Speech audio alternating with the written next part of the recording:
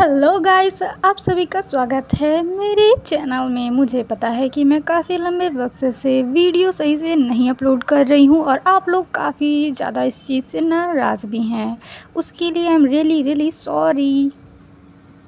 पर हाँ, अब मैं वीडियो रेगुलर डालने वाली हूं क्योंकि गर्मियों की छुट्टियां तो 20 तारीख से चालू हो जाती हैं, तो मेरी भी चालू हो चुकी हैं। और अब सभी लोग घूमिए फिरिए और इन सभी वीडियो को देख के एंजॉय कीजिए। और अगर इस बीच में लेट होती हूँ तो समझ लीजिएगा मैं इधर उधर भी चली गई हूँ, दादी बाबा के घर या नानी मामा के घर घूमने के लिए। ओके, और आप भी लोग थोड़ा घूमिए और इन्जॉय कीजिए क्योंकि गर्मियों की छुट्टियाँ तो होती ही इसीलिए हैं। चलिए अब इसको स्टार्ट करते हैं। स्टार्ट करने से पहले मैं बता दूं, आप लोग पिछले वीडियोस को जाके देख लीजिएगा क्योंकि शायद आप लोगों को ये पार्ट थोड़ा समझ में ना आए, इस वजह से मैं कह रही हूँ आप जाके पहले पिछले पार्ट को देख लीजिएगा, उसके बाद इस पार्ट को देखना स्टार्ट कीजिएगा। चलिए इसको स्टार्ट करते हैं। एक स्ट्रेचर के ऊपर किसी इंसान की बॉडी को लेके जा रहे होते हैं। ये देख के प्रिंस कहता है, लियो मैं कल कुछ सामान खरीदने के लिए बाहर जाना चाहता हूँ, क्या मैं छुट्टी के लिए एप्लीकेशन दे सकता हूँ?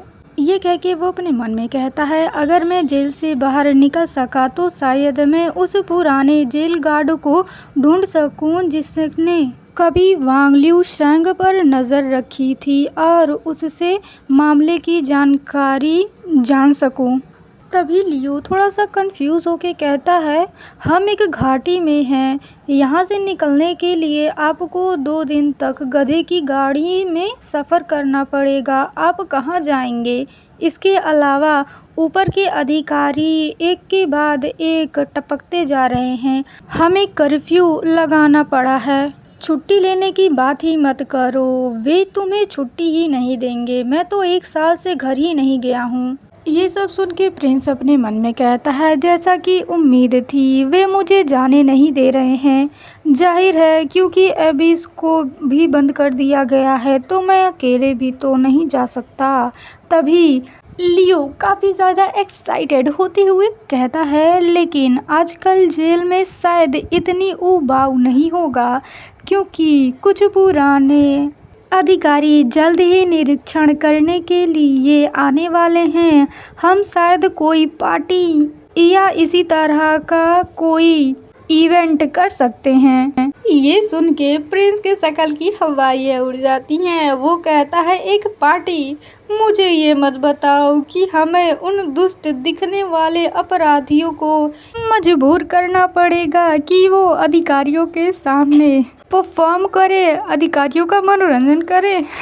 ये सुन के लियो थम्स अप दिखाते हुए कहता है, सही कहा, बिल्कुल। मैं पूर्व दिशा की रिहर्सल की जिम्मेदारी आप पर छोड़ता हूँ। ये सुनने के बाद प्रिंस के शरीर से उसकी आत्मा अलग हो जाती है, बेचारा। फिर हम उसको देखती हैं, एक बॉक्स भर के मनोरंजन का सामान लेके आ रहा होता है और अपना मुंह बिचकाते हुए कहता है, क्या इस दुनिया को क्रिएट करने वाली कोई लेडीज थी? गे लव स्टोरी लाइन और जेल के अंदर पार्टी का होना। तभी बनी होस्ट कहती है, फिलहाल की सिचुएशन को देख के अपने गार्ड को डाउन मत कीजिए, लापरवाह तो बिल्कुल भी मत बनिए। तो प्रिंस कहता है, मैं भला कैसे लापरवाह हो सकता हूँ, बल्कि आप यह कह सकती हैं कि मैं और भी ज़्यादा सतर्क हो गया हूँ। मुझे तो भयानक चीज़ों से भी कोई फ़र्क नहीं पड़ता। अब मुझे नहीं पता कि आगे चलकर कोई और मुसीबत मेरे साथ खिलवाड़ करेगी या नहीं। इसके अलावा क्या वांग ए यानी कि अबीस में वाकई कोई कमी नहीं है? क्या तुमको पूरी तरह से यकीन है कि वही अबीस है? ये कहते हुए प्रिंस सामने का दरवाज़ा खोलता है और इस प्यारी बनी को तो देखो, वो सामान से भरे हुए बॉक्स को धक्का देने की कोशिश करते हुए कहती है, इसमें कोई भी गलती नहीं है। मुझे आप ये क्यों नहीं बताते कि आप ऐसा क्यों सोचते हैं? क्या फ़िलहाल का अबीज़ पहले से काफ़ी ज़्यादा अलग है? ये सुन के प्रिंस काफ़ी ज़्यादा चौंक जाता है और बनी जो बॉक्स को धक्का दे रही होती है वहाँ से वो उठा लेता है, जिससे बनी नीचे गिर जाती है। और प्रिंस कहता है दोनों ही एक जैसे दिखाई देते हैं, इसके अलावा उन दोनों में कोई भी सामान्य बात नहीं है। और यह कैसे संभव है कि सुंदर, कोमल, मनमोहक अबीस कैदियों का लीडर बन गया है। ये सुन के बनी काफ़ी ज़्यादा इरिटेट होती है, फिर वो हवा में उड़ने लगती है। चुपचाप प्रिंस को आगे जाते हुए देखती है और प्रिंस जाते हुए कहता है यह फैक्ट कि उसकी रियल पर्सनालिटी फिलहाल के शरीर द्वारा कंट्रोल हो रही है, मुझे ये वास्तव में असहज कर दे रहा है। ये सुन के बनी एक लंबी सांस छोड़ते हुए कहती है सचमुच अगर आप उसे एक एल्डर के नज़रिए से देखते रहेंगे तो आप यह महसूस नहीं कर पाएंगे कि एक व्यक्ति अपनी पर्सनालिटी को छिपा सकता है और बदल भी सकता है। इसके बाद सीन शिफ्ट होता है। एक कमरे के अंदर काफ़ी ज़्यादा सामान रखे हुए होते हैं और एक स्टेज भी बना हुआ होता है, जहाँ पे प्रिंस स्टेज के ऊपर खड़ा होकर घंटा बजाते हुए कहता है हर कोई मेरी बात सुनो, हम लोग एक पार्टी प्रोग्राम करने जा रहे हैं। तो इन सामानों को देखकर तुम लोगों को समझ आ ही गया होगा कि हम लोग अब क्या करने जा रहे हैं, है ना। ये सब सुनने के बाद वहाँ के जितने भी कैदी होते हैं वो लोग कहते हैं आखिरकार क्या ही करना है, हम लोगों को तो बस आराम ही आराम चाहिए, इसी वजह तो यहाँ पे बैठे हैं, कोई भी फ़र्क ही नहीं पड़ता, जो करना ही करो, मुझे बस मत बोलना कोई काम करने के लिए। तभी प्रिंस और ज़ोर ज़ोर से घंटी बजाते हुए कहता है कुछ दिनों में शहर के अधिकारी निरीक्षण के लिए आ रहे हैं, हमें भी उनके सामने अपना सम्मान और जोश दिखाना होगा। इस वजह से जो जो प्रोग्राम में भाग लेना चाहता है वो अपना नाम दर्ज करा दे।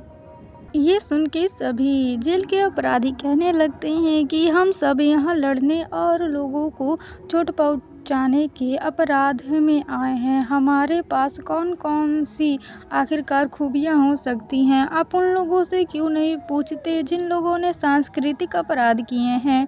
तो उसके बगल में दूसरा वाला दाढ़ी वाला इंसान कहता है बिल्कुल, क्या हमें गिरोहों के बीच लड़ाई करनी चाहिए या जेल के गार्ड को पीटना चाहिए। ये कह के वो लोग हंसने लगते हैं और पूरे हॉल के अंदर सब लोग मजाक उड़ाने लगते हैं, जिसे देखकर प्रिंस बहुत ही ज़्यादा इरिटेट होते हुए अपने मन में कहता है मुझे पता था कि ऐसा ही होगा।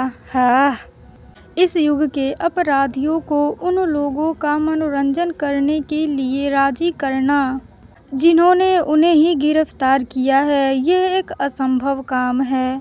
तभी हरे बाल वाला अपराधी कहता है न्यू जेल के गार्ड, अगर आप पहले हमारे लिए परफॉर्मेंस देंगे तो हम आपके साथ जुड़ने पर विचार करेंगे, ये कैसा रहेगा। हाँ, ये सुनने के बाद प्रिंस और भी ज़्यादा इरिटेट होकर कहता है अगर कोई भी अपना नाम नहीं लिखवाना चाहता है तो मैं नाम बुलाऊंगा और तुम लोगों को मजबूरन इसमें भाग लेना ही पड़ेगा।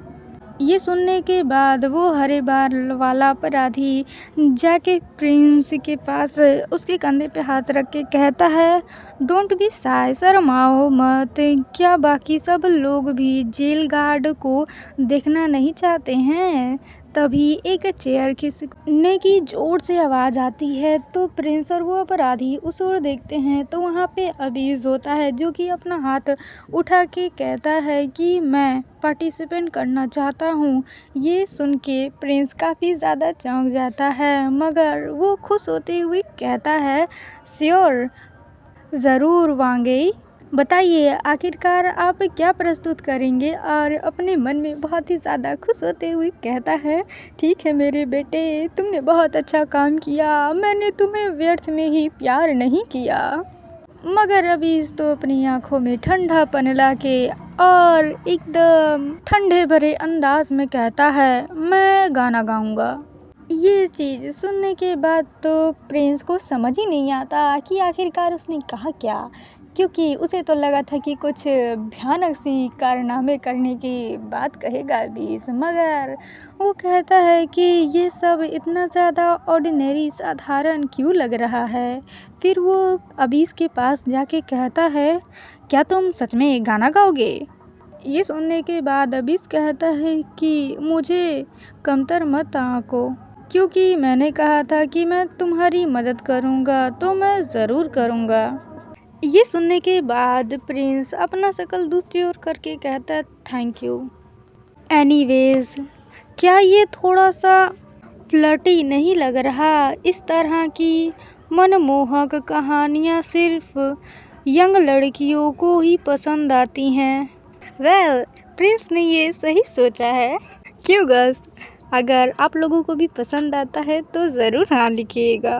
तभी हम अबीस को देखते हैं जो कि एकदम बॉसी लुक लेते हुए कहता है, चलो अब तुम सभी भी अपना नाम साइन अप करो, जल्दी करो। तो ये सुनने के बाद वो ग्रीन हेयर वाला अपराधी कहता है, मिस्टर ए, आपके कहने का क्या मतलब है? क्या आप सचमुच उस छोटे से जेल के गार्ड के वश में आ गए हैं? मजाक करना बंद भी कीजिए। ये सुनने के बाद अबीस काफ़ी ज़्यादा डरावनी और ठंडी निगाहों से उन लोगों को देखते हुए कहता है, क्या तुम लोगों को कोई परेशानी है? ये सुनने के बाद वो सभी लोग एकदम खामोश हो जाते हैं और डर के मारे जल्दी से उठते हैं और वहाँ पे रखे हुए सारे सामान को उठा के स्टेज तैयार करने के लिए भागते हुए कहते हैं, हम जा रहे हैं स्टेज बनाने के लिए, मदद करने के लिए हम तो तुरंत ही तैयार हैं। वहाँ पे स्टेज पे जाके वो लोग कोई पेड़ लगाने लगता है, कोई बाजा बजाने लगता है, तो कोई नाचने लगता है। ये सभी चीज़ें देखने के बाद अबीस एक लंबी सांस छोड़ के प्रिंस को थोड़ा सा परेशान करते हुए कहता है, इस मदद के बदले में ऑफिसर वांग मुझे क्या इनाम देने की योजना बना रहे हैं? आज रात आपके ऑफिस में आना कैसा रहेगा? ये चीज़ सुनने के बाद प्रिंस कुछ नहीं कहता, मगर अपने मन में ज़रूर कहता है, ये क्या घिसी पिटी लाइन है। मगर वो इरिटेट तो बहुत ही ज़्यादा हो रहा है, मगर अपने चेहरे पे एक बहुत बड़ी स्माइल लाके हंसते हुए कहता है, मेरी रक्षा करने के बदले में मुझसे कुछ ना मांगने का क्या हुआ?